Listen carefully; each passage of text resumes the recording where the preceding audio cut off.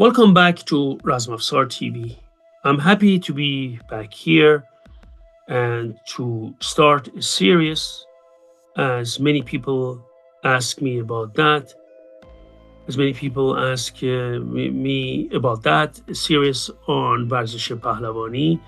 And in this series, I'm going to talk about the relevance of Varzesh-e Pahlavani, whether we can transfer techniques from Varzesh-e Pahlavani and learn it and transfer it to fighting techniques. First of all, many of you know that I published my first book, Arms and Armor from Iran, in 2006.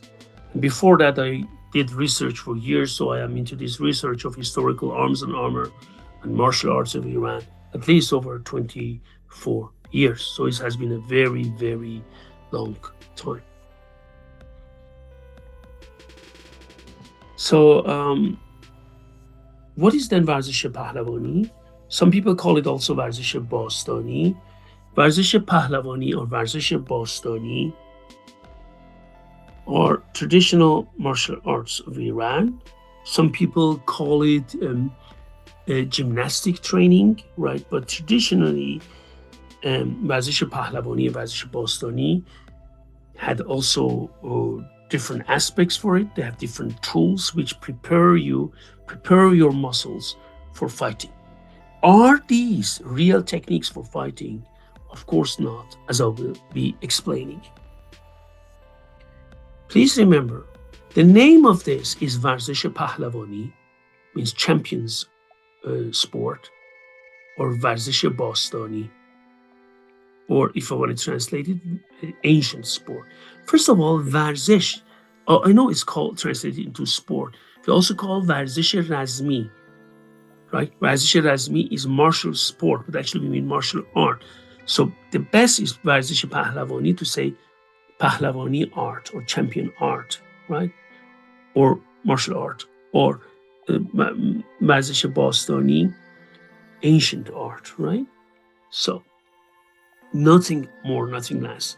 Actually, it is considered an insult to practitioners of this if you add any other name of it. Like karate is called karate. Of course, there are different styles like Wado-ryu, Shotokan, Kyokushin, but it's karate. Taekwondo is called Varzesh-e Pahlavani, Varzesh-e Bastani. That's the name of this art. If you're a qualified and certified man who respects this art in Iran, you shouldn't change the name, as many researchers and also practitioners of this art say. In my book, Arms and Armor from Iran, and also Persian archery and swordsmanship, I have extensive chapters on Varzesh-e Pahlavani and Varzesh-e Bastani, where I describe how to use and to train in that. You can also find many videos, also instructional videos on my channel about that, done by Farshid. Now, let us just go back and discuss that. Sadly, some years ago, Varzesh-e Pahlavani went through some changes. Part and parcel of Varzesh-e Pahlavani in the past was Kushti Pahlavani, champions wrestling. Kushti Pahlavani, at least up to that point in the Qajar period, there were two types of it: Kushti Dostane and Kushti Khasmane. Kushti Dostane was a friendly wrestling where strikes were forbidden and any type of locks which could lead to injury were forbidden. Kushti Khasmane, where strikes were allowed, like challe coup. Many people who know those street fighters in Iran still use this. Nothing to be proud of. Challe coup means hadbat. Kaf gorgi means palm strike to the nose, right? Kunde zadan, knee strike. We can see it also in one of the manuals of wrestling from Safavid period. In my book, Persian Archery and Swordsmanship, I also talk about these techniques. Also mosh zadan, punching, lagat zadan, kicking. So there were two times. But in Varzesh-e Pahlavani of today, in Kushti Pahlavani of today, we have these Dostane, friendly matches, where they grabbed each other and they throw each other down, right? Upper body is naked, and then they have a trunk up to the knee, right? And made of leather. They can also grab it like in judo, and then they just try to throw each other down. Very powerful champions. Sadly, some years ago, Varzesh-e Pahlavani, Kushti Pahlavani was separated from Varzesh-e Pahlavani, which was a very, very sad decision. As Marhum Bulur, the late Bulur, the champion wrestler of Iran, also Olympic champ, also very big guy in world championships, and a very good coach. I have his book, I will make a review on it. In his book, he says, the separation of Kushti Pahlavani from Varzesh-e Pahlavani was the biggest mistake, because nowadays people who come to Varzesh-e Pahlavani do not know how to fight. They only do meals, kabbadeh, and so. So Kushti Pahlavani and wrestling is a really good thing, as we know it also in UFC. Prepared them to have an aspect of fighting. Weapon fightings in the early Pahlavi period was forbidden. So nowadays, as Marhum Bulur, the late Bulur says, nowadays many people who come to Pahlavani, Varzesh-e Pahlavani, they just swing meals, and he calls it in Persian gushkub bala kardan. Gushkub is like these wooden, or also made of steel, some of them, devices which are used to crush beans and potatoes and meat and make like a paste of it to eat. So because it resembles, you just bring it up, you don't know how to fight. So that was the biggest mistake, actually. But you know, for example, that meel, as you can see it here, meel is made of wood here, is actually, it actually represents, what does it represent? It represents the mace. What does that mean? It means that the meel represents the mace, and the mace is in a way, that this mace, you can, this mace is there, it represents the mace. So the movements you do it in meel giri, as you can see it here, should prepare you and strengthen the muscles you need, not only for handling a mace, because it strengthens your upper body, your shoulder, but also to handle other weapons. But are they mace techniques? Of course not. Please take a look at that. I've handled hundreds of antique maces, and these maces are, because they are between 750 to 850 to 2 kilos, right? But none of them have this shape or as heavy as these ones, right? So these symbolizes mace. These are not mace techniques. And look at the way they are standing. No one stands like that in a fight, and no one keeps scores close to the body and swings it like that. And no practitioner of Varzesh-e Pahlavani in Iran, all those champions, has a claim that they're using any martial technique and weapon technique. There are two ways of holding it. One way is this way, in full grasp, and very few of them hold it this way. The pinky or the small finger is here, above, the top of the knob, as this gentleman does. But most hold it like that, exactly like you can see it here. But let us go to the miniatures. Do they hold it the first version? Of course they do it like the first version, and not, I repeat, not like that. They hold it like this, if there is any relevance between them, anyhow. Because they also look at this is in diagonal strike with the flank mace. Please take a look at that. Even in standing, look, he has a forward stance, Hazrat Ali here, to hit. Look, the knob is here.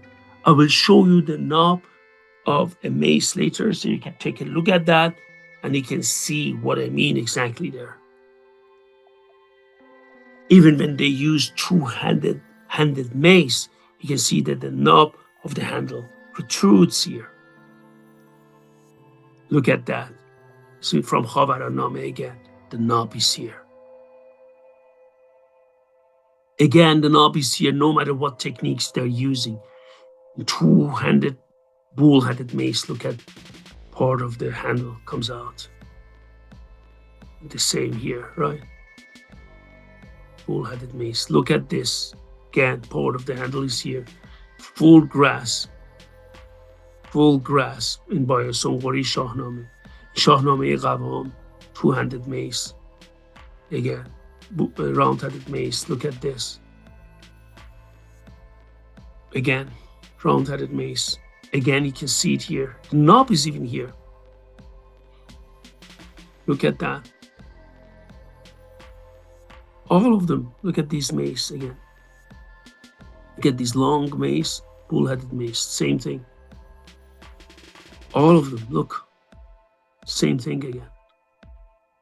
Again here, the round-headed mace, the same technique. You see the full grasp and the end part comes out for the control. Same thing, you see, with the round-headed mace. And all of them show the same technique, right? Again and again, we can see it here, also here. Look at these mace, and obviously here. So they hold it like this, not like this. But again, this technique, the stance, is not for fighting, and this movement is only for strengthening the muscles. You can see they don't stretch it here. Only in one, and no one who's holding it like that, by the way, right? They hold like this. Of course, even if they swing it to the side, you can see that they hold it in full grasp, even in a reverse grasp, right? We also have textual evidence of that. قبضه گرز را مدور یا مربع گرفتن. Or with قبضه گرز را با 5 انگشت گرفتن. Right? We can see it here. You need full force to fight with the gorse. It's not a game of tag that you just hit it, especially because you don't have any cutting power or instrument. It's not a sword. Even with the sword, you cannot cut like that. What do you think what happens if you play game of tags with the gorse, the mace? You need to have a full grasp to create it, and I'm going to show crushing exercises with the mace. So I will show it to you why it's important to have a strong grasp. Imagine, as anyone knows, I'm going to make it a better example so you understand. Kabbadeh, kabbadeh should represent the bow. I have translated more than 9 Persian archery manuals into English. Together with Beat, my team member from Australia, we annotated and interpreted them.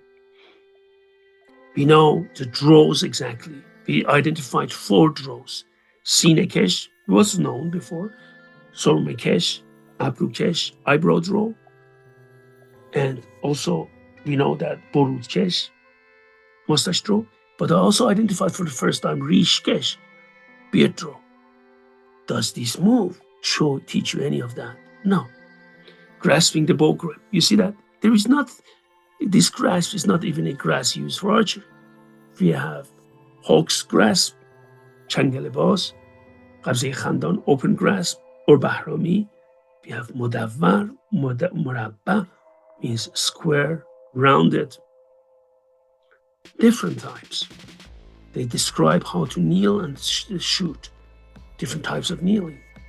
Sitting, standing, how to hold your shoulders. Everything is described there.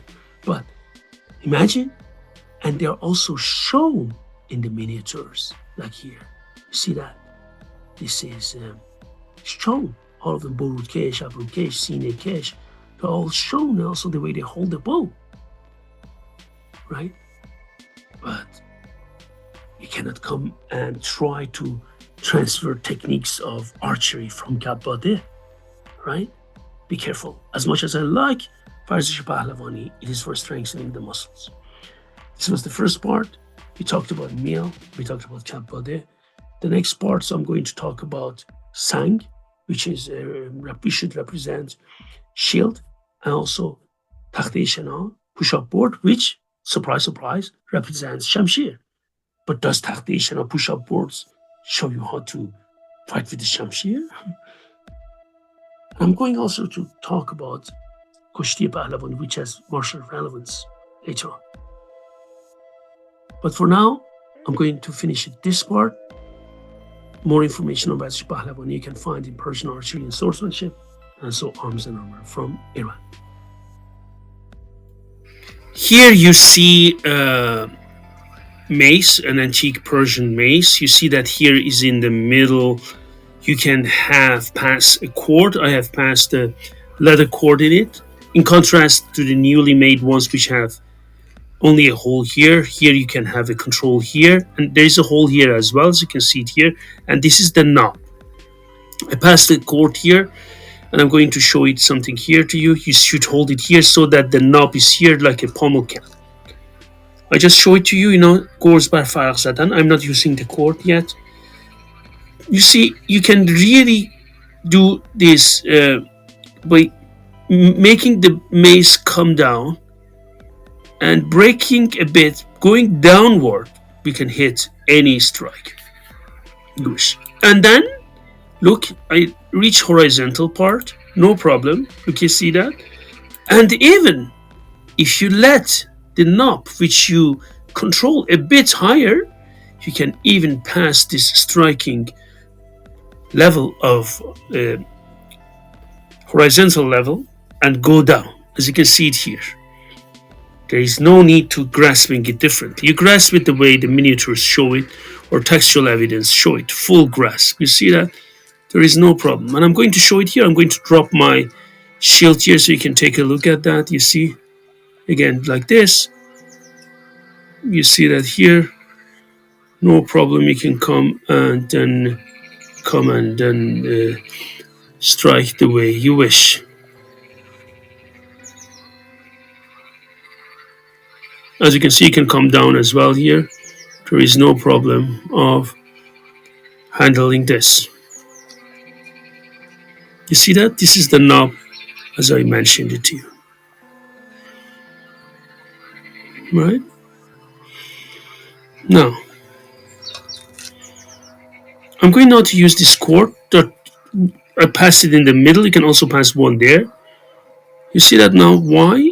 So it makes I can even hit harder, and this helps me to compensate for the heavy weight, because this is a very heavy gorse. Doesn't look like, but it's really heavy.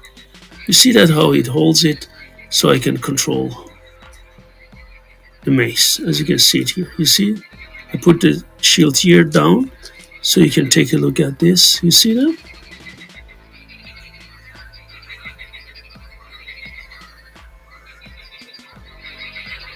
As you can see it here. It is even more evident when you use horizontal ones. This, this knob and part allows you to control much better of a heavy mace. You can see it here, you see?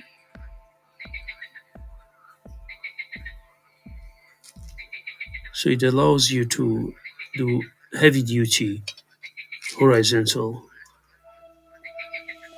and this one, it will not allow you that way. Horizontal strikes, a full grasp, which helps you.